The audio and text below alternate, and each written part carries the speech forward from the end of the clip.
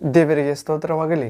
ದೇವರಿಗೆ ಅಮೂಲ್ಯರು, ಅತಿ ಪ್ರಿಯರು, ಘನವಂತರಾದ ಪ್ರಿಯ ದೇವರ ಮಕ್ಕಳೇ, ಬನ್ನಿ ಪ್ರಿಯರೇ, ಈ ದಿನ ಈ ಸಮಯ ನಾವು ಜೀವಂತಗೊಳಿಸುವ, ರಕ್ಷಣೆ ನೀಡುವ, ಸಮೃದ್ಧಿ ಜೀವ ನೀಡುವ, ದೈವ ಜ್ಞಾನ ಮಾರ್ಗದಲ್ಲಿ ನಡೆಸುವ, ಪರಲೋಕ ತಂದೆಯ ಬಳಿಗೆ, ಸೃಷ್ಟಿಕರ್ತನ ಬಳಿಗೆ ನಡೆಸುವ ದೇವರ ವಾಕ್ಯವನ್ನು ಆಲಿಸೋಣ ಪ್ರಿಯರೇ. ವಿಶ್ವಾಸ ಜೀವಿತಕ್ಕೆ ಬೇಕಾದ ದೇವರ ವಾಕ್ಯವನ್ನು, ಹೌದು, ಈ ದಿನ ಈ ಸಮಯ ನಾವು ಧ್ಯಾನಿಸಲಿರುವ ದೇವರ ವಾಕ್ಯ ಭಾಗ ಅಂಶ ಪ್ರಿಯರೇ.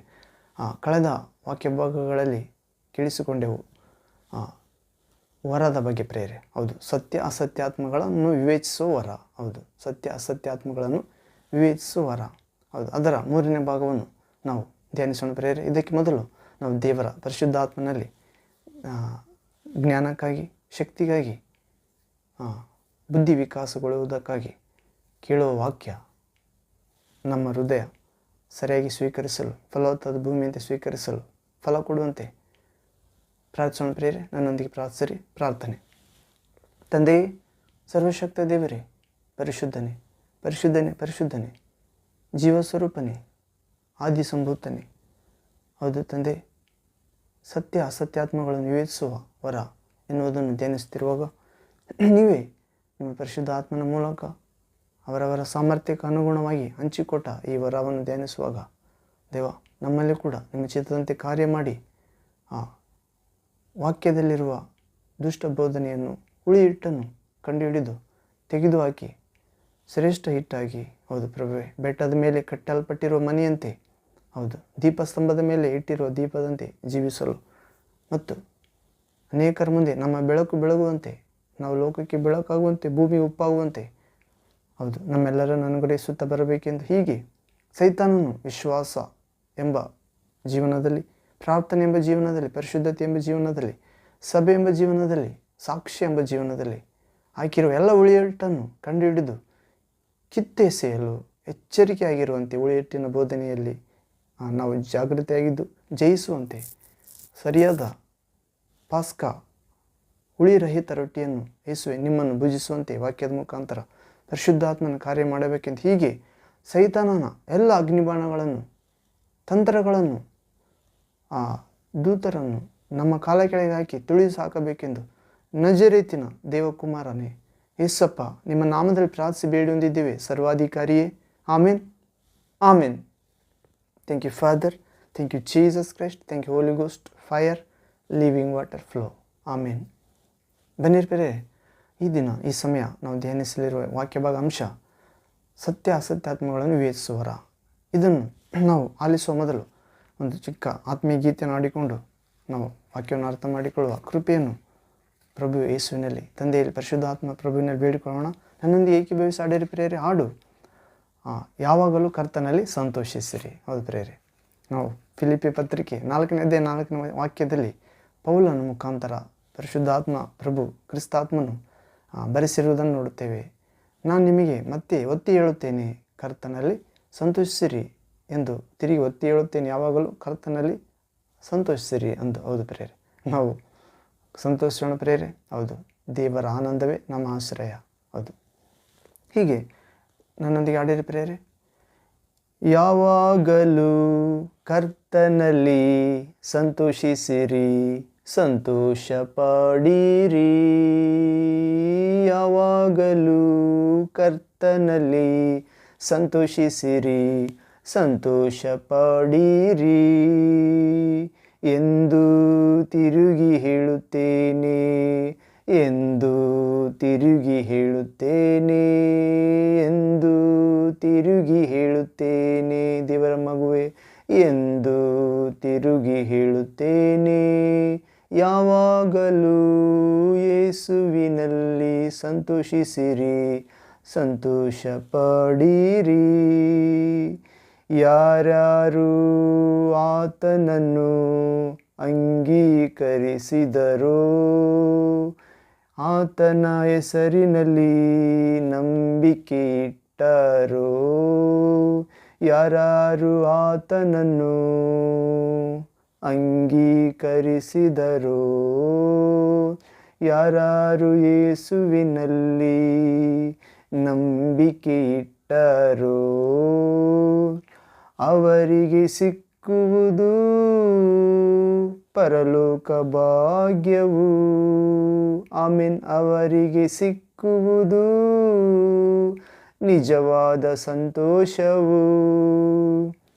ಯಾವಾಗಲೂ ಕರ್ತನಲ್ಲಿ ಸಂತೋಷಿಸಿರಿ, ಸಂತೋಷ ಪಡಿರಿ ಎಂದು ತಿರುಗಿ ಹೇಳುತ್ತೇನೆ, ಎಂದು ತಿರುಗಿ ಹೇಳುತ್ತೇನೆ. ಯಾವಾಗಲೂ ತಂದೆಯಲ್ಲಿ ಸಂತೋಷಿಸಿರಿ, ಸಂತೋಷ ಪಡಿರಿ. ಯಾರು ಪ್ರಭುವಿನ ಸಮ್ಮುಖದಲ್ಲಿಯೇ ಹೆಚ್ಚಿನ ಸಮಯವನ್ನು ಕಳೆಯುತ್ತಿರುವಾರೋ, ಯಾರು ಪ್ರಭುವಿನ ಸಮ್ಮುಖದಲ್ಲಿಯೇ, ಯಾರು ಪ್ರಭುವಿನ ಸಮ್ಮುಖದಲ್ಲಿ ಹೆಚ್ಚಿನ ಸಮಯವನ್ನು ಕಳೆಯುತ್ತಿರುವಾರೋ, ಅವರಿಗೆ ಸಿಕ್ಕುವುದು ಪರಲೋಕ ಸಂತೋಷವು. ಅವರಿಗೆ ಸಿಕ್ಕುವುದು ಪರಲೋಕ ಸಂತೋಷವು. ಯಾವಾಗಲೂ ಕರ್ತನಲ್ಲಿ ಸಂತೋಷಿಸಿರಿ, ಸಂತೋಷ ಪಡಿರಿ. ಯಾರ್ಯಾರು ಪ್ರಭುವಿನ ವಾಕ್ಯಗಳನ್ನೆಲ್ಲ ಪ್ರೀತಿಸಿ ಕೈಗೊಂಡು ನಡೆಯುತ್ತಿರುವರೋ, ಯಾರ್ಯಾರು ಪ್ರಭುವಿನ ವಾಕ್ಯಗಳನ್ನೆಲ್ಲ ಪ್ರೀತಿಸಿ ಕೈಕೊಂಡು ನಡೆಯುತ್ತಿರುವರೋ, ಅವರಿಗೆ ಸಿಕ್ಕುವುದು ಮಹಿಮೆಯ ಸಂತೋಷವು. ನಮಗೆಲ್ಲ ಸಿಕ್ಕುವುದು ಮಹಿಮೆಯ ಸಂತೋಷವು. ಯಾವಾಗಲೂ ಕರ್ತನಲ್ಲಿ ಸಂತೋಷಿಸಿರಿ, ಸಂತೋಷ ಪಡಿರಿ. ಯಾವಾಗಲೂ ಆತ್ಮನಲ್ಲಿ ಸಂತೋಷಿಸಿರಿ, ಸಂತೋಷ ಪಡಿರಿ ಎಂದು ತಿರುಗಿ ಹೇಳುತ್ತೇನೆ, ಎಂದು ತಿರುಗಿ ಹೇಳುತ್ತೇನೆ. ಯಾವಾಗಲೂ ಯೇಸುವಿನಲ್ಲಿ ಸಂತೋಷಿಸಿರಿ, ಸಂತೋಷ ಪಡೋಣ. ಆಮೇನ್. ಹೌದು ಪ್ರಿಯರೇ, ಯಾವಾಗಲೂ ಪ್ರಭು ಯೇಸು ಕರ್ತನಲ್ಲಿ ಸಂತೋಷಿಸಿರಿ, ಸಂತೋಷಿಸಿರಿ ಅಂತ ತಿರುಗಿ ಹೇಳ್ತೇನೆ ಪೌಲನು ನುಡಿತಿದ್ದ ಪ್ರಿಯರೇ. ಫಿಲಿಪ್ಪನ 4ನೇ ವಾಕ್ಯದಲ್ಲಿ ಯಾರ್ಯಾರು ಯೇಸು ಕ್ರಿಸ್ತನ ಅಂಗೀಕರಿಸಿದರು, ಅಂದರೆ ಆತನ ಹೆಸರಿನಲ್ಲಿ ನಂಬಿಕೆ ಇಟ್ಟರು, ಅವರಿಗೆ ದೇವರ ಮಕ್ಕಳಾಗುವ ಅಧಿಕಾರ ಕೊಟ್ಟನು ಪ್ರಿಯರೇ. ಇನ್ನು ಮೇಲೆ ಅವರು ರಕ್ತ ಸಂಬಂಧದಿಂದಾಗಲಿ, ಕಾಮದಿಂದಾಗಲಿ, ಪುರುಷ ಸಂಕಲ್ಪದಿಂದಾಗಲಿ, ಮಾನವ ಸಹಜ ಬಯಕೆಯಿಂದಾಗಲಿ ಹುಟ್ಟಿದವರಲ್ಲ, ದೇವರಿಂದಲೇ ಹುಟ್ಟಿದರು. ಆದ್ದರಿಂದ ಅವರಿಗೆ ಸಿಕ್ಕುವುದು ನಿಜವಾದ ಸಂತೋಷವು. ಹೌದು. ಮತ್ತು ಯಾರ್ಯಾರು ಪ್ರಭುವಿನ ಸಮ್ಮುಖದಲ್ಲಿಯೇ ಹೆಚ್ಚಿನ ಸಮಯವನ್ನು ಕಳೆಯುತ್ತಿರುವರು, ಒಂದು ಗಳಿಗೆಯಾದರೂ ನನ್ನೊಂದಿಗೆ ಪ್ರಾರ್ಥನೆಯಲ್ಲಿ ಕಳೆಯಲಾರಿರ, ಶೋಧನೆಗೊಳಗಾಗದಂತೆ ಎಂದು ಯೇಸು ಹೇಳಿದಂತೆ ಗೆತ್ಸೆಮನೆ ತೋಪಿನಲ್ಲಿ. ಹೌದು ಪ್ರಿಯರೇ, ಯಾರ್ಯಾರು ಪ್ರಭುವಿನ ಸಮ್ಮುಖದಲ್ಲಿ ಪ್ರಾರ್ಥನೆಯಲ್ಲಿ, ವಿಶ್ವಾಸ ಜೀವನದಲ್ಲಿ, ವಾಕ್ಯ ಧ್ಯಾನದಲ್ಲಿ, ಸುವಾರ್ತೆ ಪ್ರಸಾರದಲ್ಲಿ ಸಮಯವನ್ನು ಕಳೆಯುತ್ತಿರುವರು ಹೆಚ್ಚಿನ ಸಮಯ, ಅವರಿಗೆ ಸಿಕ್ಕುವುದು ಪರಲೋಕ ಸಂತೋಷ. ಹೌದು ಪ್ರಿಯರೇ, ಪರಿಶುದ್ಧಾತ್ಮ ಬಂದ ಮೇಲೆ ನೀವು ಬಲ ಹೊಂದುವಿರಿ, ನಾನು ನಿಮ್ಮನ್ನು ತಿರುಗಿ ನೋಡುತ್ತೇನೆ, ನಿಮ್ಮ ದುಃಖ ಹೋಗಿ ಆನಂದ ಬರುವುದು. ಆನಂದ ಯಾರು ಕಸಿದುಕೊಳ್ಳುವುದಿಲ್ಲ ಎಂದು ಹೇಳಿದ್ದಾನೆ ಪ್ರಿಯರೇ. ಹೌದು, ಪ್ರಭುವಿನ ಸಮಯದಲ್ಲಿ ಸಮ್ಮುಖದಲ್ಲಿ ಹೆಚ್ಚಿನ ಸಮಯವನ್ನು ಕಳೆಯೋಣ ಪ್ರಿಯರೇ, ಮತ್ತು ನಮಗೆ ಸಿಗುತ್ತದೆ ಪರಲೋಕ ಸಂತೋಷ, ಪರಿಶುದ್ಧ ಆತ್ಮನ ಸಂತೋಷ. ಹೌದು, ಪವಿತ್ರಾತ್ಮ ಫಲವಾಗಿರುವ ಆನಂದ. ಹೀಗೆ ಯಾರ್ಯಾರು ಪ್ರಭುವಿನ ವಾಕ್ಯಗಳನ್ನೆಲ್ಲ ಪ್ರೀತಿಸಿ ಕೈಗೊಂಡು ನಡೆಯುತ್ತಿರುವರೋ ಅವರಿಗೆ ಸಿಗುವುದು ಮಹಿಮೆಯ ಸಂತೋಷ. ಹೌದು ಪ್ರಿಯರೇ, ಯಾರ್ಯಾರು ಪ್ರಭುವಿನ ವಾಕ್ಯಗಳನ್ನು, ನನ್ನನ್ನು ಪ್ರೀತಿಸಿ ನನ್ನ ಆಜ್ಞೆಗಳನ್ನು ಕೈಗೊಂಡು ನಡೆಯುವವರೇ ನನ್ನನ್ನು ಪ್ರೀತಿಸುವವರು, ನಾನು ತಂದೆಯಲ್ಲಿ ಬೇಡಿಕೊಳ್ಳುವೆನು, ತಂದೆ ಬೇರೊಬ್ಬ ಸಹಾಯಕನನ್ನು ಕಳಿಸಿಕೊಡುತ್ತಾನೆ. ಆ ಸಹಾಯಕ ಪೋಷಕ ಯಾರೆಂದರೆ ಸತ್ಯ ಸ್ವರೂಪಿಯಾದ ಪರಿಶುದ್ಧಾತ್ಮನೇ. ಹೌದು ಹೌದು ಪ್ರಿಯ, ಆತನು ನಮಗೆ ಸಿಗುತ್ತಾನೆ. ಮಹಿಮೆಯ ಸಂತೋಷವಾಗಿ ನಾವು ಮಾರ್ಪಡುತ್ತೇವೆ ಪ್ರಿಯರೇ. ಹೌದು, ಹೀಗೆ ಪ್ರಭು ಯಾವಾಗಲೂ ಯೇಸುವಿನಲ್ಲಿ ತಂದೆ ಪರಿಶುದ್ಧಾತ್ಮನಲ್ಲಿ ಸಂತೋಷಿಸುವಂತೆ ಈ ವಾಕ್ಯ ಭಾಗದಿಂದ ನಮಗೆ ಸಹಾಯ ಮಾಡಲಿ. ಯೇಸು ಕ್ರಿಸ್ತ ನಾಮದಲ್ಲಿ ಆಮೇನ್. ಹೌದು ಪ್ರಿಯರೇ, ನಾವು ಪರಿಶುದ್ಧ ಗ್ರಂಥ ವಾಕ್ಯ ಭಾಗದಲ್ಲಿ ನೋಡುವುದಾದ ಪ್ರಿಯರೇ, ನಾವು ಸತ್ಯ ಅಸತ್ಯಾತ್ಮಗಳ ವಿವೇಚಿಸುವರ. ಕೊರಿಂಥ 1ನೇ ಪತ್ರಿಕೆ 12ನೇ ಅಧ್ಯಾಯ 8ನೇ ವಾಕ್ಯದಲ್ಲಿ ನೋಡಿದ್ದೇವೆ ಪ್ರೇರೆ. ಹೌದು, ಸತ್ಯ ಅಸತ್ಯಾತ್ಮಗಳನ್ನು ವಿವೇಚಿಸುವರ. ಹಾಗೂ ಫಿಲಿಪ್ಪಿ 3ನೇ ಅಧ್ಯಾಯ 2ನೇ ವಾಕ್ಯದಲ್ಲಿಂದ ಪ್ರಾರಂಭ ಮಾಡೋಣ ಪ್ರೇರೆ. Philippian letter chapter 3 verse 2nd word. ಇಲ್ಲಿ ಓದುವುದಾದರೆ ನಾವು ಅಲ್ಲಿ ದುರ್ಮನಸ್ಸಿನಿಂದ ಕೆಲಸ ಮಾಡುವವರಿಗೆ ಎಚ್ಚರಿಕೆಯಾಗಿರಿ ಎಂದು ಹೇಳುತ್ತಿದ್ದಾನೆ ಪ್ರೇರೆ. ಹೌದು, ಪ್ರಭುವಿನ ಸೇವೆಯಲ್ಲಿ ಎಷ್ಟೋ ಪ್ರಯಾಣಗಳನ್ನು ಮಾಡಿದೆನು. ನದಿಗಳ ಅಪಾಯಗಳು, ಕಳ್ಳರ ಅಪಾಯಗಳು, ಸ್ವಂತ ಜನರಿಗೆ ಅಪಾಯಗಳು. ಅದು ಪ್ರೇರೆ. ಹೀಗೆ ಅನ್ಯ ಜನರಿಂದ ಅಪಾಯಗಳು ಮತ್ತು ಪಟ್ಟಣದಲ್ಲಿ ಅಪಾಯಗಳು, ಕಾಡಿನಲ್ಲಿ ಅಪಾಯಗಳು, ಸಮುದ್ರದಲ್ಲಿ ಅಪಾಯಗಳು, ಸುಳ್ಳು ಸಹೋದರರೊಳಗೆ ಇರುವಾಗ ಅಪಾಯಗಳು ನನಗೆ ಸಂಭವಿಸುವುದವು ಎಂದು ಪೌಲನು ಹೇಳುತ್ತಿದ್ದಾನೆ. ಹೌದು, ಕೊರಿಂಥ 2ನೇ ಪತ್ರಿಕೆ 11ನೇ ಅಧ್ಯಾಯ 26ನೇ ವಾಕ್ಯದಲ್ಲಿ ನೋಡುತ್ತೇವೆ. ಹೌದು, 2 Corinthians chapter 11 verse 26th word. ಹೌದು, ಹಾಗೂ ಗಲಾತ್ಯ ಪತ್ರಿಕೆ 2ನೇ ಅಧ್ಯಾಯ 4ನೇ ವಾಕ್ಯದಲ್ಲಿ ಓದುತ್ತೇವೆ. ಏನಂದರೆ ಗಲೇಷಿಯನ್ ಚಾಪ್ಟರ್ 2 ವರ್ಸ್ 4th ವರ್ಡ್. ಸಭೆಗೆ ಕಳ್ಳತನದಿಂದ ಸೇರಿಕೊಂಡ ಸುಳ್ಳು ಸಹೋದರರು ಅಲ್ಲಿ ಇದ್ದದರಿಂದ ಬಲಾತ್ಕಾರ ನಡೆದೀತೆಂಬ ಭಯವಿತ್ತು. ಅವರು ನಮ್ಮನ್ನು ದಾಸತ್ವದೊಳಗೆ ಸಿಕ್ಕಿಸಬೇಕೆಂದು ಕ್ರಿಸ್ತ ಯೇಸುವಿನಲ್ಲಿ ನಮಗೆ ದೊರಕಿರುವ ಸ್ವಾತಂತ್ರ್ಯವನ್ನು ಗೂಢವಾಗಿ ವಿಚಾರಿಸುವುದಕ್ಕೆ ಮರೆಸಿಕೊಂಡು ಬಂದರು. ಹೌದು ಪ್ರೇರೆ. ಹೀಗೆ ಎಂಬುದಾಗಿ ಸುಳ್ಳು ಸಹೋದರರನ್ನು ಕುರಿತು ಅಪೊಸ್ತಲನಾದ ಪೌಲನು ಬರೆದಿದ್ದಾನೆ. ಹೌದು, ಸುಳ್ಳು ಸಹೋದರರು ನಮ್ಮೊಂದಿಗೆ ಸಹೋದರರಾಗಿ ಒಳ್ಳೆಯವರಾಗಿಯೇ ಇರುವರು. ಅಂಥವರು ರಕ್ಷಿಸಲ್ಪಟ್ಟು ಆತ್ಮದಲ್ಲಿ ತುಂಬಿ ಅನ್ಯಭಾಷೆ ಮಾತನಾಡಿ ಪ್ರಾರ್ಥಿಸುವವರಾಗಿ ಇಸ್ಕರಿಯೋತ ಯೂದನಾಗಿ ನಮ್ಮನ್ನು ತೋರಿಸಿಕೊಡುವವರಾಗಿ ನಮ್ಮೊಂದಿಗೆ ಇರುತ್ತಾರೆ. ಹೌದು, ಅವರು ಸೈತಾನನಿಂದ ಮೋಸ ಹೋಗುವವರು. ಹಣಕ್ಕಾಗಿ, ಹೆಸರಿಗಾಗಿ, ಹೆಮ್ಮೆಗಾಗಿ, ಸುಮ್ಮನೆ ಹೊಟ್ಟೆಪಾಡಿಗಾಗಿ ಸೇವೆಯನ್ನು ಮಾಡುವುದು ಆಗಿದೆ. ಹೌದು, ಸುಳ್ಳು ಸಹೋದರರಾಗಿ ಬದಲಾಗಿ ಸಭೆಯನ್ನು ಹಾಳು ಮಾಡಿ ತೋರಿಸಿಕೊಡುವವರಾಗಿ ಬಿಡುತ್ತಾರೆ ಪ್ರೇರೆ. ಹೌದು, ಹೀಗೆ ಸಭೆಗಳನ್ನು ಹಾಳು ಮಾಡುವ ಇಂಥ ಸುಳ್ಳು ಸಹೋದರರು 2000 ವರ್ಷಗಳ ಮುಂಚಿತವಾಗಿ ಹಿಂದೆಯೇ ಆದಿ ಸಭೆಗಳಲ್ಲಿ ಇದ್ದರು ಪ್ರೇರೆ. ಹೌದು, ಸಭೆ ಅಂದರೆ ಯೇಸುವನ್ನು ವಿಶ್ವಾಸುವ ಪ್ರತಿಯೊಬ್ಬ ಮಗಳು ಪ್ರೇರೆ, ಸೇವಕ ಸೇವಕಿ. ಹೌದು, ಹೀಗೆ ದೇವರ ವಾಕ್ಯ ಹೇಳುತ್ತಿದೆ ಪ್ರೇರೆ. ಪ್ರಿಯರಾದ ದೇವರ ಮಕ್ಕಳೇ, ಆಗಲೇ ಅಂದರೆ 2000 ವರ್ಷಗಳ ಕೆಳಗಿನಿಂದಲೇ ಹಾಗೆ ಅಂದರೆ ಈ ಅಂತ್ಯಕಾಲದಲ್ಲಿ ಸುಳ್ಳು ಅಪೊಸ್ತಲರು, ಸುಳ್ಳು ಬೋಧಕರು, ಸುಳ್ಳು ಸಹೋದರರು ಇದ್ದೇ ಇರುತ್ತಾರೆ. ಖಂಡಿತವಾಗಿಯೇ ಇರುವರು. ಸಭೆಗಳನ್ನು ನಡೆಸುವರು. ಕರ್ತನಾದ ಯೇಸು ಕ್ರಿಸ್ತನ ಹೆಸರನ್ನು ಹೇಳಿಕೊಂಡು ಆತನನ್ನು ಕುರಿತೇ ಮಾತನಾಡುವರು. ಮಹಾಭಕ್ತಿಯಿಂದ ಇರುವ ಹಾಗೆ ನಟಿಸುತ್ತಾರೆ.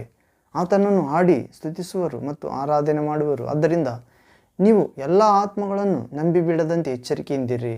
ಹೌದು, ಮುಂದಣ ದಿನಗಳಲ್ಲಿ ಕೆಲವರು ವಂಚಿಸುವ ಆತ್ಮಗಳ ನುಡಿಗಳಿಗೂ ದೆವ್ವಗಳ ಬೋಧನೆಗಳಿಗೂ ಲಕ್ಷ್ಯ ಕೊಟ್ಟು ಕ್ರಿಸ್ತ ನಂಬಿಕೆಯಿಂದ ಭ್ರಷ್ಟರಾಗುವರೆಂದು ದೇವರ ಆತ್ಮನು ಸ್ಪಷ್ಟವಾಗಿ ಹೇಳುತ್ತಾನೆ ಎಂದು ಪೌಲನು ತಿಮೋಥೆನಿಗೆ ಬರೆಯಲ್ಪಟ್ಟ ಪತ್ರಿಕೆಯಲ್ಲಿ 1ನೇ ತಿಮೋಥೆ ಪತ್ರಿಕೆ 4ನೇ ಅಧ್ಯಾಯ 1ನೇ ವಾಕ್ಯದಲ್ಲಿ ನೋಡುತ್ತೇವೆ ಪ್ರೇರೆ. 1 Timothy chapter 4 verse 1st word.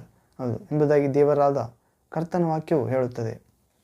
ಹೀಗೆ ವಿಶ್ವಾಸಿಗಳೇ, ನಾವು ರಕ್ಷಣೆ ಹೊಂದಿದವರೇ, ದೇವಾಲಯಗಳಲ್ಲಿ ಸೇರಿ ದೇವರನ್ನು ಆರಾಧಿಸುವವರೇ, ಕಾಣಿಕೆ ಕೊಡುವವರೇ ಆದರೂ ಅವರಲ್ಲೂ ಕೆಲವರು ಮೋಸ ಮಾಡುವಂಥ ಆತ್ಮಗಳಿಗೂ ಸೈತಾನನ ಉಪದೇಶಗಳಿಗೂ ಕಿವಿಗೊಟ್ಟು ವ್ಯರ್ಥರಾಗಿ ಹೋಗುವರು. ಇಂಥ ಕಾರ್ಯಗಳೆಲ್ಲ ಸಭೆಗಳಲ್ಲಿಯೇ ನಡೆಯುವುದು ಪ್ರೇರೆ. ಹೌದು, ಕರ್ತನಾದ ಯೇಸು ಕ್ರಿಸ್ತನನ್ನು ಸ್ತುತಿಸಿ ಹಾಡಿ ಆರಾಧಿಸುವವರಾಗಿಯೇ ಇರುವರು. ಏಸು ಏಸು ಎಂದೇ ಬಾಯಿ ತುಂಬ ಹೇಳುವರು. ಆದರೆ ಅವರು ವಂಚಿಸುವ ಆತ್ಮಗಳಿಗೂ ಸೈತಾನನ ದುಷ್ಟ ಬೋಧನೆಗೂ ಸ್ಥಳ ಕೊಟ್ಟು ತಮ್ಮ ವಿಶ್ವಾಸವನ್ನು ಬಿಟ್ಟು ಅಗಲಿ ಹೋಗುವರು. ಆದ್ದರಿಂದ ಈ ಅಂತ್ಯಕಾಲದಲ್ಲಿ ಮೋಸ ಹೋಗದಂತೆ ದೇವರ ಜನರು ಭಾಳ ಜಾಗೃತಿಯಿಂದ ಇರಬೇಕಾಗಿದೆ ಪ್ರೇರೆ. ಹೌದು, ಪ್ರಭು ಯೇಸು ಕ್ರಿಸ್ತನು ಆತನ 2ನೇ ಬರೋಣಕ್ಕಾಗಿ ಗುರುತುಗಳನ್ನು ಕುರಿತು ಆತನ ಶಿಷ್ಯರ ಹತ್ತಿರ ಹೇಳುವಾಗ ಮೊದಲಾದದ್ದನ್ನು ಆತನು ಹೇಳಿದ ವಾಕ್ಯವು ಇದೆ ಪ್ರೇರೆ. ಏನಂದರೆ ಅವುಗಳಲ್ಲಿ ಒಂದು ಏನಂದರೆ ಮತ್ತಾಯನ ಸುವಾರ್ತೆ 24ನೇ ಅಧ್ಯಾಯ 4ನೇ ವಾಕ್ಯದಲ್ಲಿ, Matthew gospel chapter 24 verse 4th word. ಯಾರಾದರೂ ನಿಮ್ಮನ್ನು ಮೋಸಗೊಳಿಸಾರು ನೋಡಿಕೊಳ್ಳಿರಿ. ದೇವರ ಜನರೇ, ದೇವರ ಸೇವಕರೇ, ನೀವು ಯಾವಾಗಲೂ ಎಚ್ಚರಿಕೆಯಿಂದಲೇ ಇರಬೇಕಾಗಿದೆ. ಹೌದು, ಕಾರಣ ನಿಮ್ಮ ಮಧ್ಯದಲ್ಲಿ ಕಳ್ಳರು, ಮೋಸ ಮಾಡುವವರು ಇದ್ದಾರೆ. ಅವರು ನಿಮ್ಮೊಂದಿಗೆ ಇರುವರು, ದೇವರ ಆಲಯದಲ್ಲಿ ಇರುವರು, ಅಲ್ಲಲ್ಲಿ ನುಗ್ಗಿ ಬಿಡುವರು. ದೇವರಾದ ಕರ್ತನು ಅಂಥವರ ಮಾನಸಾಂತರ ಹೊಂದುವುದಕ್ಕಾಗಿ ಎಷ್ಟೋ ಅವಕಾಶಗಳನ್ನು ಕೊಟ್ಟಿದ್ದರು ಮಾನಸಾಂತರ ಪಡೆದೇ ಆ ಪಕ್ಷದಲ್ಲಿ ಅವರ ಜೀವನ ಕೊನೆಯಲ್ಲಿ ಯೂದನಂತೆಯೇ ಪರಿತಾಪವಾಗಿ ಮುಗಿಯುವಂಥದ್ದಾಗಿರುತ್ತದೆ. ಹೌದು, ಆದ್ದರಿಂದ ನಾವೆಲ್ಲರೂ ಜಾಗೃತಿಯಿಂದ ಇರಬೇಕಾಗಿದೆ ಎಂದು ಪ್ರಭು ಯೇಸು ಕ್ರಿಸ್ತನ ವಾಕ್ಯವು ಹೇಳುತ್ತದೆ. ಯಾಕೆ ದೇವರಾದ ಕರ್ತನು ಇಷ್ಟು ಎಚ್ಚರಿಕೆಯನ್ನು ನಮಗೆ ಕೊಡುತ್ತಾನೆ ಅಂದರೆ, ಕೊನೆಯ ಕಾಲದಲ್ಲಿ ಸೈತಾನನು ಜನರನ್ನು ಮೋಸ ಹೋಗುವಂಥ ಅನೇಕ ವಿಧವಾದ ಕಾರ್ಯಗಳನ್ನೆಲ್ಲ ಮಾಡುತ್ತಾನೆ. ಹೌದು, ಸರ್ಕಾರದ ರೂಪಾಯಿ ನೋಟುಗಳ ಮುದ್ರಿಸಿ ಪ್ರಕಟಿಸುತ್ತದೆ. ಸರ್ಕಾರ ರೂಪಾಯಿ ನೋಟುಗಳ ಮುದ್ರಿಸಿ ಪ್ರಕಟಿಸುತ್ತದೆ ಮತ್ತು ಅದಕ್ಕೆ ಗೌರವವಿದೆ. ಅದೇ ವೇಳೆಯಲ್ಲಿ ಕೆಲವು ಕಳ್ಳರು ಮೂಲ ನೋಟುಗಳನ್ನು ಹಾಗೆಯೇ ನಕಲಿ ನೋಟುಗಳನ್ನಾಗಿ ಮುದ್ರಿಸಿ ಅದನ್ನು ಜನರ ಮಧ್ಯದಲ್ಲಿ ಪ್ರಸಾರ ಮಾಡಿಬಿಡುವರು.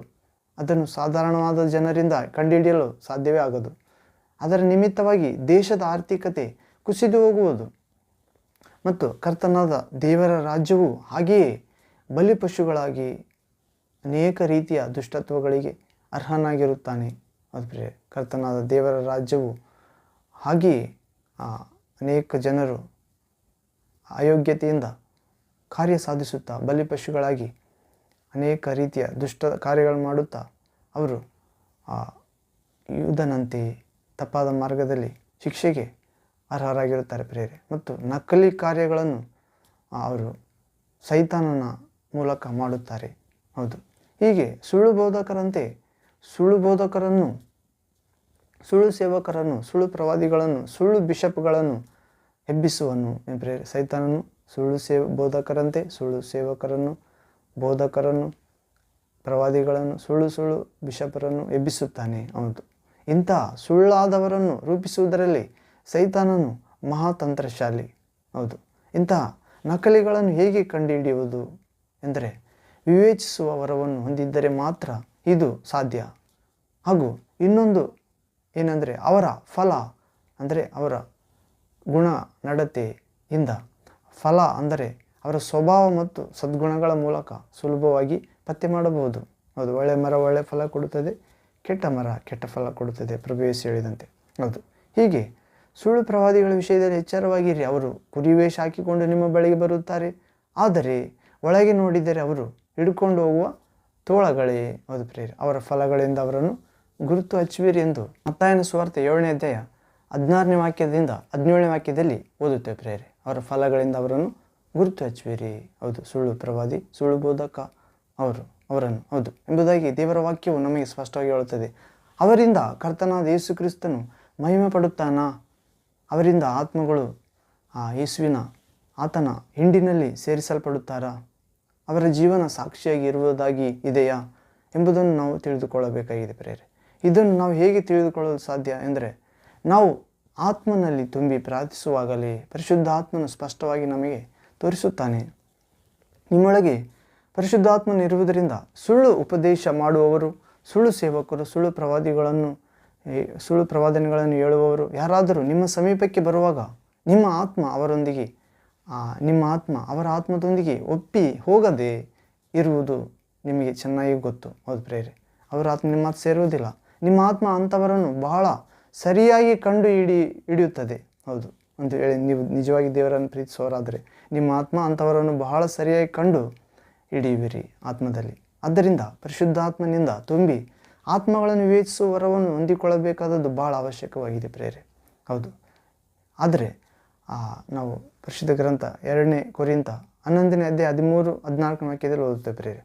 2 Corinthians chapter 11 verse 13-14 ವರ್ಡ್ ಇಲ್ಲಿ ಓದುವುದಾದರೆ, ಅಂದರೆ ಅಂಥವರು ಸುಳ್ಳು ಅಪೋಸ್ತಲರು, ಮೋಸಗಾರರಾದ ಕೆಲಸದವರು, ಕ್ರಿಸ್ತನ ಅಪೋಸ್ತಲರಾಗಿ ಕಾಣಿಸಿಕೊಳ್ಳುವುದಕ್ಕೆ ವೇಷ ಹಾಕಿಕೊಳ್ಳುವವರು ಆಗಿದ್ದಾರೆ. ಇದೇನು ಆಶ್ಚರ್ಯವಲ್ಲ. ಸೈತಾನನು ತಾನೇ ಪ್ರಕಾಶ ರೂಪವುಳ್ಳ ದೇವದೂತನ ವೇಷವನ್ನು ಹಾಕಿಕೊಳ್ಳುವನು. ಹೌದು ಪ್ರಿಯರೇ, ಎಂಬುದಾಗಿ ಕರ್ತನ ವಾಕ್ಯವು ಪೌಲನ ಮುಖಾಂತರ ಹೇಳುತ್ತಾನೆ ದೇವರು. ಹೀಗೆ ಈ ಕಾಲದಲ್ಲಿ ಸುಳ್ಳು ಅಪೋಸ್ತಲರು ನಿಜವಾದ ಅಪೋಸ್ತಲರ ಹಾಗೆ ವೇಷ ಹಾಕಿಕೊಂಡು ತಮ್ಮನ್ನು ಅಪೋಸ್ತಲರು ಎಂದು ಹೇಳಿಕೊಳ್ಳುವರು. ಆದರೆ ಅವರಿಗೆ ಯಾವ ಸೇವೆಯೂ ಇರುವುದಿಲ್ಲ. ಅವರು ಹಣಕ್ಕಾಗಿ ಮೋಸ ಮಾಡುವರು. ಅವರ ಹೃದಯ ವಂಚನೆಯಿಂದ ತುಂಬಿದ್ದಾಗಿರುವುದು. ಇದರಲ್ಲಿ ಆಶ್ಚರ್ಯಪಡಲು ಅವಶ್ಯಕತೆಯೇ ಇಲ್ಲ. ಹೌದು, ನಿಜವಾದ ಪ್ರಕಾಶ ದೂತನು ದೇವರಾದ ಕರ್ತನ ದೂತನಾಗಿಯೇ ಇರುವನು, ಅದರಂತೆ ಕಾಣಿಸಿಕೊಳ್ಳುತ್ತಾನೆ. ಹೌದು, ಆದರೆ ಈ ಸುಳ್ಳು ಸೈತಾನನನ್ನು ಪ್ರಕಾಶ ದೂತನ ವೇಷವನ್ನು ಹಾಕಿಕೊಳ್ಳುವವನನ್ನು ನಾವು ದೇವರ ವಾಕ್ಯದ ಮುಖಾಂತರ ಕಂಡುಹಿಡಿಯಬೇಕಾಗಿದೆ ಪ್ರಿಯರೇ. ಹೌದು, ಅಂಥ ಕೃಪೆ ಪ್ರಭು ನೀಡುತ್ತಾನೆ ನಮ್ಮೆಲ್ಲರಿಗೂ. ಆದ್ದರಿಂದ ಆತ್ಮಗಳನ್ನು ವಿವೇಚಿಸುವ ವರ ನಮಗೆ ಬಹಳ ಅವಶ್ಯಕವಾಗಿದೆ ಪ್ರಿಯ ದೇವರ ಮಕ್ಕಳೇ.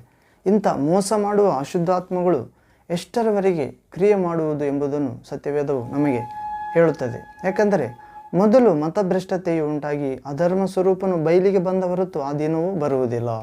ಅಧರ್ಮವು ಈಗಲೂ ಗುಪ್ತವಾಗಿ ತನ್ನ ಕಾರ್ಯವನ್ನು ಸಾಧಿಸುತ್ತದೆ. ಆದರೆ ಇದುವರೆಗೆ ಅಡ್ಡಿ ಮಾಡುವವನು ತೆಗೆದು ಹಾಕಲ್ಪಡುವ ತನಕ ಅದು ಗುಪ್ತವಾಗಿ ಇರುವುದು. ಅವನು ತೆಗೆಯಲ್ಪಟ್ಟ ಕೂಡಲೇ, ಅಧರ್ಮ ಸ್ವರೂಪನು ತೆಗೆಯಲ್ಪಟ್ಟ ಕೂಡಲೇ, ಆ ಅಧರ್ಮ ಸ್ವರೂಪನು ಬಿಡಲ್ಪಟ್ಟ ಕೂಡಲೇ ಆ ಅಧರ್ಮ ಸ್ವರೂಪನು ಕಾಣಬರುವನು ಪ್ರೇರೆ. ಹೌದು, ಪರಿಶುದ್ಧ ಆತ್ಮನು ಅಧರ್ಮ ಸ್ವರೂಪನನ್ನು ತಡೆದಿದ್ದಾನೆ ಪ್ರೇರೆ. ಯೇಸುವಿನ ಎರಡನೇ ಆಗಮನ ಅಥವಾ ಆತನ ಸಭೆಯನ್ನು ತೆಗೆದುಕೊಂಡು ಹೋಗುವ ಕಾಲ ಬಂದಾಗ ಪರಿಶುದ್ಧಾತ್ಮನು ತೆಗೆಯಲ್ಪಟ್ಟ ಕೂಡಲೇ ಆ ಅಧರ್ಮ ಸ್ವರೂಪನು ಕಾಣಿಸಿಕೊಳ್ಳುತ್ತಾನೆ ಪ್ರೇರೆ. ಅವನನ್ನು ಯೇಸು ಕರ್ತನು ತನ್ನ ಬಾಯಿ ಉಸಿರಿನಿಂದ ಕೊಲ್ಲುವನು, ತನ್ನ ಪ್ರತ್ಯಕ್ಷತೆಯ ಪ್ರಕಾಶದಿಂದ ಸಂಹರಿಸುವನು. ಆ ಅಧರ್ಮ ಸ್ವರೂಪನ ಪ್ರತ್ಯಕ್ಷತೆಯು ಸೈತಾನನ ಮಾಟಕ್ಕನುಗುಣವಾಗಿರುವುದು. ಅದು ಮೋಸಗೊಳಿಸುವ ಸಕಲ ವಿಧವಾದ ಮಹತ್ ಕಾರ್ಯ, ಸೂಚಕ ಕಾರ್ಯ, ಅದ್ಭುತ ಕಾರ್ಯ ಇವುಗಳಿಂದಲೂ ದುರ್ನೀತಿಯ ಎಲ್ಲ ವಂಚನೆಯಿಂದಲೂ ಕೂಡಿರುವುದು. ಹೌದು ಪ್ರೇರೆ. ಹೀಗೆ ಥೆಸಲೋನಿಕ ಎರಡನೇ ಪತ್ರಿಕೆ 2ನೇ ಅಧ್ಯಾಯ 9ನೇ ವಾಕ್ಯದಲ್ಲಿ ಓದುತ್ತೇವೆ. 2 Thessalonians chapter 2 verse 9th word. ಹೌದು, ಅಂತ್ಯಕಾಲದಲ್ಲಿ ಕ್ರಿಸ್ತ ವಿರೋಧಿ ಪ್ರಕಟವಾಗುವ ಮುನ್ನ ಸೈತಾನನ ಕ್ರಿಯೆಯ ಮೂಲಕ ವಂಚಿಸುವ ಆತ್ಮನು ನಾನೇ ಶಕ್ತಿ ಭರಿತನು ಎಂದು ಹೇಳಿಕೊಂಡು ಅವನ ಶಕ್ತಿಯನ್ನು ಪ್ರಕಟಿಸಿಕೊಂಡಿರುವನು. ಅವನ ಗುರುತುಗಳು, ಅವನ ಮಾಡುವ ಸುಳ್ಳಾದ ಅದ್ಭುತಗಳು ಮಾನಸಾಂತರಕ್ಕೆ ಹೊಂದುವಂತಹ ಆತ್ಮವ ಕರ್ತನಾದ ಯೇಸು ಕ್ರಿಸ್ತನನ್ನು ಮಹಿಮೆಪಡಿಸುವ ಅದ್ಭುತಗಳು ಇರುವುದಿಲ್ಲ. ಹೀಗೆ ಹೌದು ಪ್ರೇರೆ, ಅವನನ್ನು ಮಾತ್ರವೇ ಹೊಗಳಿಕೊಳ್ಳುವಂಥ ಸುಳ್ಳಾದ ಅದ್ಭುತಗಳು, ಹೌದು ಪ್ರೇರೆ, ಸುಳ್ಳಾದ ಗುರುತುಗಳು ಇರುವುದು. ಹೌದು, ಹೀಗೆ ಮತ್ತು ಪ್ರಕಟಣೆ ಗ್ರಂಥ 16ನೇ ಅಧ್ಯಾಯ 13-14ನೇ ವಾಕ್ಯದಲ್ಲಿ ಓದುತ್ತೇವೆ ಪ್ರೇರೆ. Revolution chapter 16 verse 13-14th word. ಇಲ್ಲಿ ಓದುವುದಾದರೆ, ಘಟಸರ್ಪ, ಮೃಗ ಮತ್ತು ಸುಳ್ಳು ಪ್ರವಾದಿ ಇವರ ಬಾಯಿಗಳಿಂದ, ಪ್ರೇರೆ, ಘಟಸರ್ಪ, ಮೃಗ, ಸುಳ್ಳು ಪ್ರವಾದಿ ಇವರ ಬಾಯಿಗಳಿಂದ ಕಪ್ಪೆಗಳಂತಿದ್ದ 3 ಅಶುದ್ಧಾತ್ಮಗಳು ಬರುವುದನ್ನು ಕಂಡೆನು.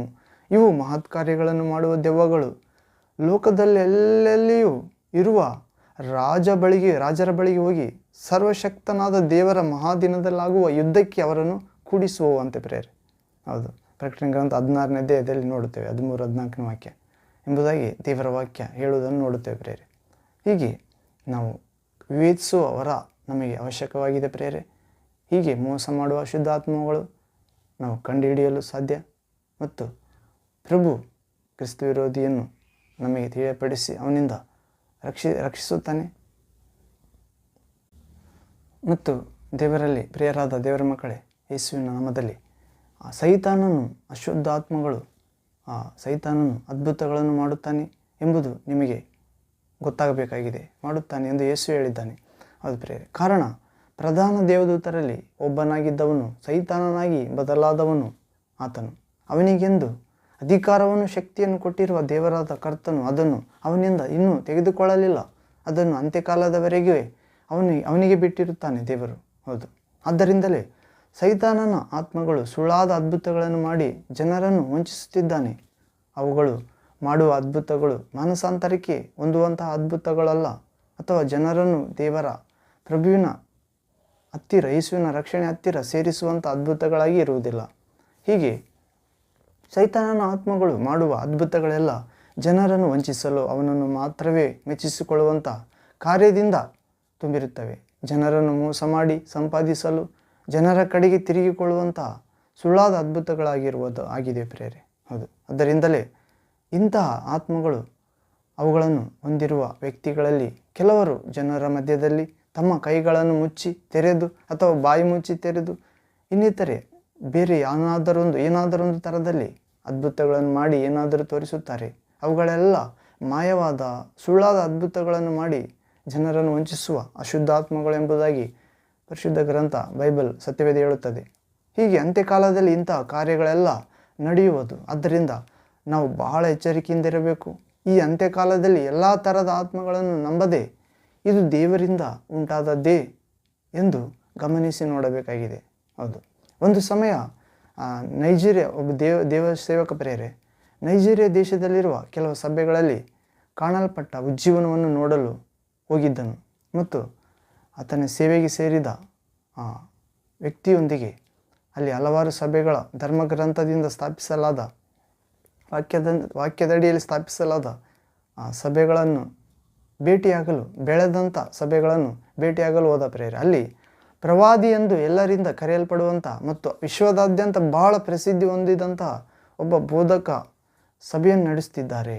ಆ ಸಭೆಯನ್ನು ನಾವು ವಿವಿಧ ಅಭಿಪ್ರಾಯಗಳನ್ನು ಕೇಳಿದ್ದೇವೆ. ಅದರ ಕುರಿತು ನಾವು ಆ ಸಭೆಯಲ್ಲಿ ನಡೆಯಲಿರುವ ಒಂದು ದಿನ ಭಾನುವಾರದ ಆರಾಧನೆಯಲ್ಲಿ ಭಾಗವಹಿಸಬೇಕೆಂದು ತೀರ್ಮಾನಿಸಿಕೊಂಡಿದ್ದೇವೆ ಎಂದು ಹೇಳ್ತಿದ್ದಾನೆ. ಹೌದು, ಮತ್ತು ಅವರು ಅಲ್ಲಿ ಇದ್ದರೆ, ಅಂದರೆ ಆ ಪ್ರವಾದಿ ಇದ್ದರೆ ಆತನನ್ನು ನೋಡಬೇಕು ಎಂದು ನೆನೆಸಿದರಂತೆ.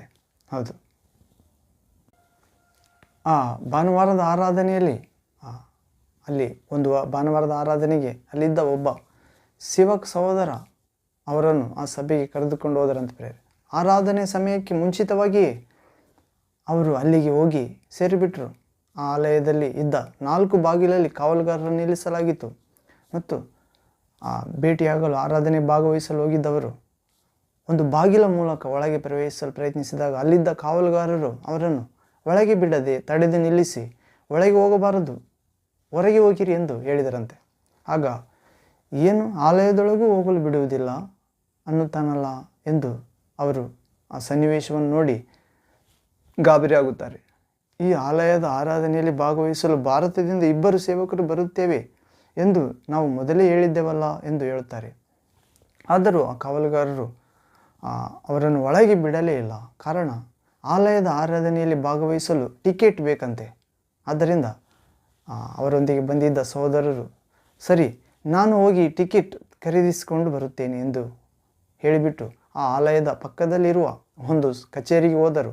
ಅಲ್ಲಿಗೆ ಹೋಗಿ ನೋಡಿದರೆ ಸಾಲಿನಲ್ಲಿ ಜನರು ನಿಂತಿದ್ದರು. ಸುತ್ತಲೂ ನೋಡಿದಾಗ ಟಿಕೆಟ್ ಇಲ್ಲದೆ ಒಳಗೆ ಹೋಗಲಾರದಂಥ ಒಬ್ಬ ತಾಯಿಯವರು ಶಬ್ದವಾಗಿ ಅಳುತ್ತಿದ್ದರಂತೆ ಪ್ರೇರೆ. ನೋಡಿರಿ, ಭಾನುವಾರ ಆರಾಧನೆಯಲ್ಲಿ ಭಾಗವಹಿಸಲು ಟಿಕೆಟ್ ಖರೀದಿಸಬೇಕಾದ ಸನ್ನಿವೇಶ. ಹೌದು, ಸ್ವಲ್ಪ ವೇಳೆಯಲ್ಲಿ ಆ ಸಹೋದರ ಟಿಕೆಟ್ ಖರೀದಿಸಿ ಬಂದರಂತೆ. ಆ ಕಾವಲುಗಾರರ ಹತ್ತಿರ ಕೊಟ್ಟಾಗ ಅವರನ್ನು ಒಳಗೆ ಹೋಗಲು ಅನುಮತಿಸಿದರು. ಹೀಗೆ ಅವರು ದೇವರ ಸೇವಕರು ನೈಜೀರಿಯಾ ದೇಶದ ಪ್ರವಾದಿಯ ಸಭೆಯಲ್ಲಿ ಭಾನುವಾರದ ಆರಾಧನೆಗೆ ಒಳಗೆ ಹೋಗುವುದರೊಳಗೆ 10 ಗಂಟೆ ಆಗಿತ್ತು ಸಮಯ. ಹೌದು, ಒಳಗೆ ಹೋಗಿ ನೋಡಿದರೆ ಅರ್ಧ ಸ್ಥಳ ಖಾಲಿಯಾಗಿತ್ತು. ಅದರಲ್ಲೂ ಸ್ವಲ್ಪ ಜನರು ಕುಳಿತು ನಿದ್ರೆ ಮಾಡುತ್ತಿದ್ದರು. ಒಳಗೆ ಒಂದು ವಿಡಿಯೋ ಆಗಲೇ ರನ್ ಆಗುತ್ತಿತ್ತು, ಚಲಿಸ್ತಿತ್ತು. ಆಗ ನಾವು ಒಳಗೆ ಹೋಗಿ ಕುಳಿತುಕೊಂಡೆವೆಂದು ಹೇಳ್ತಿದ್ದಾನೆ. ಹೌದು, ಈ ದಿನ ನಮ್ಮೊಂದಿಗೆ ನೀನು ಮಾತಾಡು ಕರ್ತನೆ ಎಂದು ಹೇಳಿ ದೇವಸೇವಕರು ಪ್ರಾರ್ಥಿಸಿದರಂತ ಪ್ರೇರೆ. ಸ್ವಲ್ಪ ಸಮಯ ಕಳೆದು ಅವರನ್ನು ಕರೆದುಕೊಂಡು ಬಂದ ಸಹೋದರನ ಹತ್ತಿರ ಯಾವಾಗ ಆರಾಧನೆ ಪ್ರಾರಂಭವಾಗುವುದು ಎಂದು ಕೇಳಿದರು. ಹೌದು ಪ್ರೇರೆ. ಆಗ ಅದಕ್ಕೆ ಅವರು ಸೇವಕರು ಬಂದ ಕೂಡಲೇ, ಆ ಪ್ರವಾದಿ ಬಂದ ಕೂಡಲೇ ಪ್ರಾರಂಭವಾಗುವುದು ಎಂದು ಹೇಳಿದನು. ಕೂಡಲೇ ಆತನು ಇನ್ನೊಬ್ಬ ಸೇವಕ ಹೇಳ್ತಾನೆ ಪ್ರೇರೆ, ಯಾವಾಗ ಸೇವಕರು ಬರುವುದು ಯಾವಾಗ ಎಂದು ಕೇಳಿದಾಗ ಅವರು ಯಾವಾಗ ಬರುತ್ತಾರೆಂದು ಯಾರಿಗೂ ತಿಳಿಯದು ಎಂದು ಹೇಳಿದನು. ನೋಡಿರಿ, ಬೇರೆ ದಿನಗಳೆಲ್ಲ ಪರವಾಗಿಲ್ಲ, ಆದರೆ ಭಾನುವಾರ ಆಲಯದ ಆರಾಧನೆಗೆ ಜನರು ಬಂದು ಕುಳಿತುಕೊಂಡಿದ್ದರು. ನಾವು ನಿರೀಕ್ಷಿಸಿಕೊಂಡು ಹೋದದ್ದು ಬೇರೆ, ಅದರಲ್ಲಿ ನಡೆದದ್ದೇ ಬೇರೆ. ಆಗ ನಾನು ಹಾಗೆ ಇಲ್ಲಿ ಏನು ನಡೆಯುತ್ತದೆ ಎಂದು ಅಲ್ಲಿ ನಡೆಯುವ ಕಾರ್ಯಗಳನ್ನೆಲ್ಲ ಗಮನಿಸಲು ಪ್ರಾರಂಭಿಸಿದೆನು. ಆಗ ಪರಿಶುದ್ಧಾತ್ಮನು ಒಂದು ಸಂಭವ ನನಗೆ ತೋರಿಸಿದರೆಂದು ಸೇವೆ ಕೇಳುತ್ತಿದ್ದಾನೆ ಪ್ರೇರೆ. ಏನೆಂದರೆ, ಆಗ ತಾನೇ ದೇಶಕ್ಕೆ ಸೇರಿದ ಅನೇಕ ಜನರು ಬಸ್ಸಿನಲ್ಲಿ ಬಂದು ಇಳಿದರು. ಅವರು ವೇದಿಕೆ ಮುಂದೆ 1 ತಾಸು ಕುಳ್ಳಿರಿಸಲ್ಪಟ್ಟರು. ಆದರೆ ಅವರು ಆರಾಧಿಸಲಿಲ್ಲ. ಸ್ವಲ್ಪ ಸಮಯದ ನಂತರ ಅವರು ಎದ್ದು ಹೊರಟೋಗಿಬಿಟ್ಟರು.